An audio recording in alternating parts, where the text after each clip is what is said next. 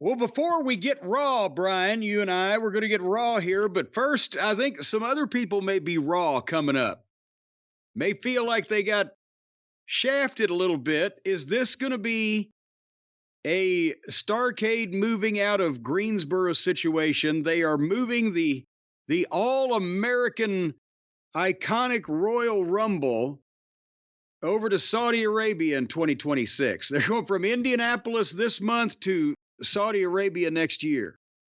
Is this going to piss people off, or have they just got used to it now? They don't care. They're just watching these big shows. But I would assume no fans from the United States will be attending the Royal Rumble next year. Can you just go to Saudi Arabia anytime you want to? What's the travel like over there? I mean, that's the funny thing. The whole thing technically is about promoting tourism, but who the hell's saying, hey, let's go to the Royal Rumble in Doha, wherever the fuck it, not Doha, it's in Riyadh. Riyadh.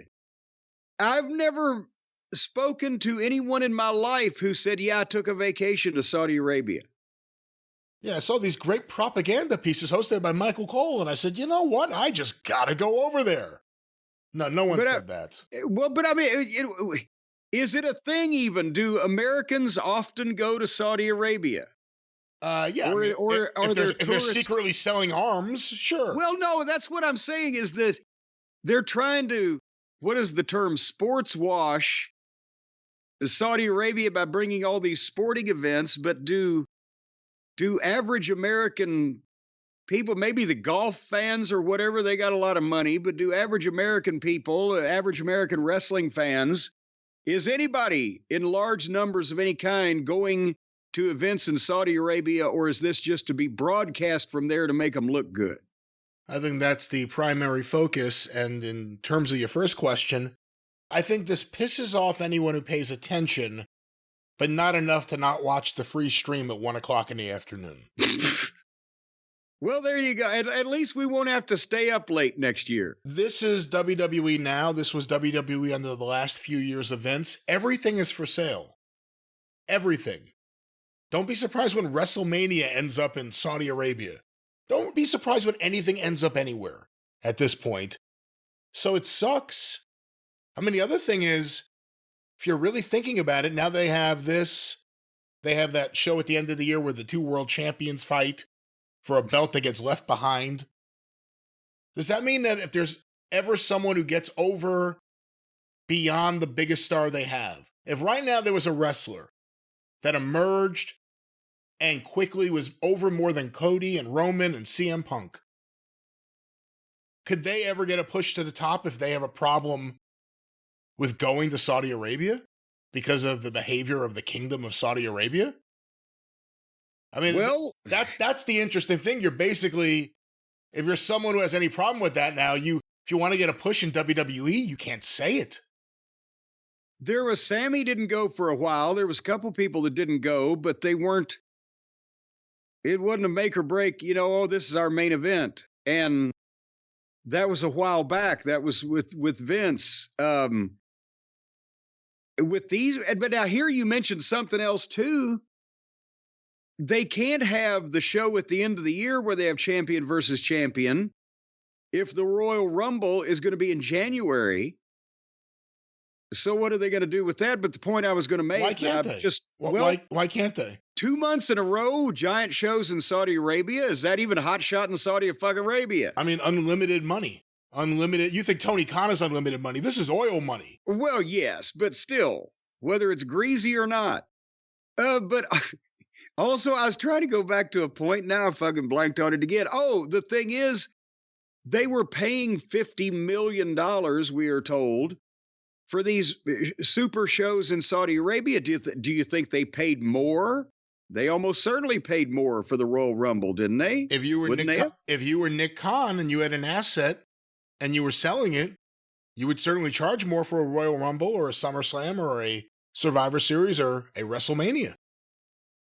So to answer your question, maybe the guy who got over, who had a problem with going to Saudi Arabia, maybe they could just keep upping the offer until he said, well, fuck it. I guess it wouldn't be so bad after all. But at some point, if they start exporting all of the traditional big events that all the most devoted fans and the ones who spend the most money and travel the farthest and etc., start going to places that they're not either going to want to go or be able to go.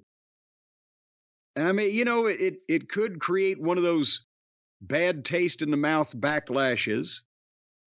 But I mean, there's a lot of people that come from Australia to WrestleMania in fucking New Jersey or whatever. They might be happier if they had WrestleMania closer to them, but whether it's Saudi Arabia or anything else, this is going to be the year that tests the patience of wrestling fans when it comes to the commercialization of WWE.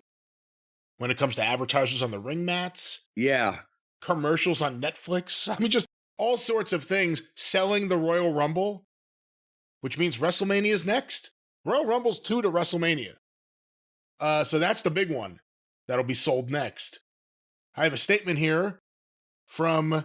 Well, it's nice of you to make a statement. It's from it just says H-E, both in caps, Turkey Al-Sheikh, who said, Saudi Arabia's hosting of the Royal Rumble for the first time outside of North America reflects the General Entertainment Authority's ongoing commitment to bringing the world's largest and most important entertainment events to the kingdom.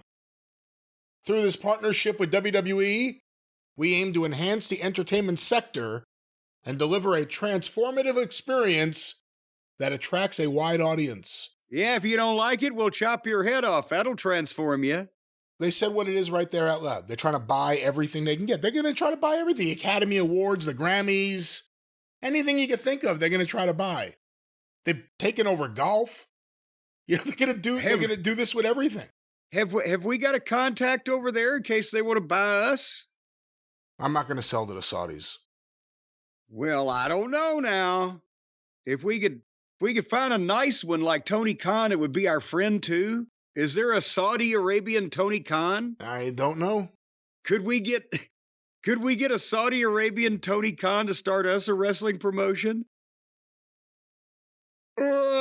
Well, there goes. I'm telling you, the people in Greensboro were not happy when they lost Starrcade to Chicago and then points all over the country. And this could be a bigger version of that if they go too far with it.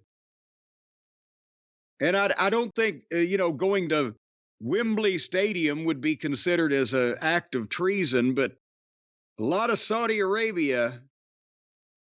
And we'll see what happens. Who knows?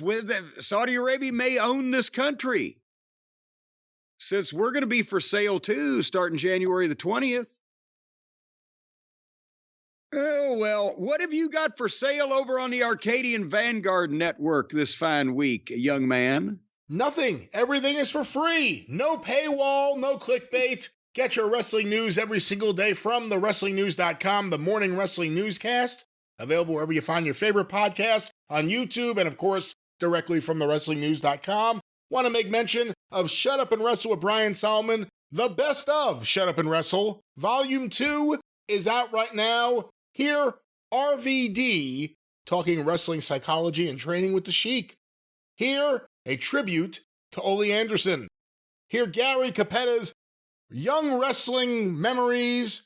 Hear about Andy Kaufman. Wait a minute, young wrestling memories? I didn't know Gary Capetta was... Well, it says Gary Capetta reminisces over being a young wrestling fan, and that was my way of rephrasing it. All right. All of that and so much more, the origins of the WWF Scratch logo, SUAWpod.com, or Shut Up and Wrestle with Brian Solomon, wherever you find your favorite podcast, and the 605 Super Podcast, the Mothership! Go through the archive, 605pod.com. Come on, Mr. Happy. The Mothership. Okay, all right then.